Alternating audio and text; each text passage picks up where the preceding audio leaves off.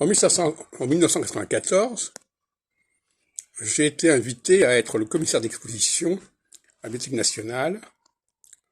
Vous avez l'affiche derrière moi, Astrologie et prophétie.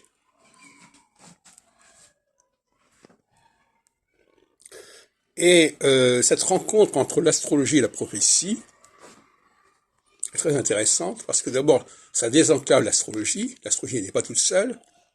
Et la prophétie, c'est déjà quelque chose qui est plus universitaire que l'astrologie par certains côtés.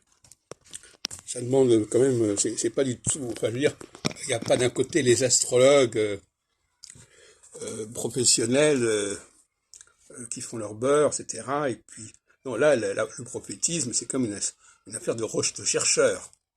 C'est pas du tout le même problème. Donc, il y a un désenclavement de l'astrologie, et nous sommes en phase, à ce moment-là, équinoxiale. Et la phase équinoxiale, c'est une phase où l'on fait des rapprochements inédits, nouveaux, qui changent un peu la donne.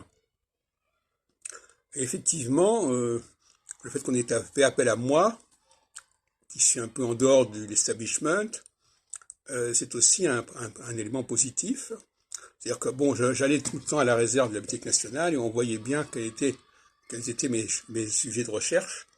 Et notamment Antoine Couron et Ursula Baumeister m'avaient remarqué. Et c'est à ce moment-là que fin 93, ils m'ont demandé d'être le commissaire de cette exposition, dont j'ai évidemment géré la totalité des éléments. Donc ça, c'est quand même très optimiste.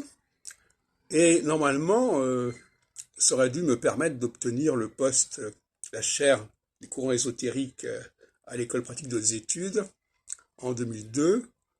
Surtout qu'entre-temps, j'avais soutenu ma thèse de doctorat d'État, le texte prophétique en France, mais ça n'a pas marché pour des raisons de mafia locale.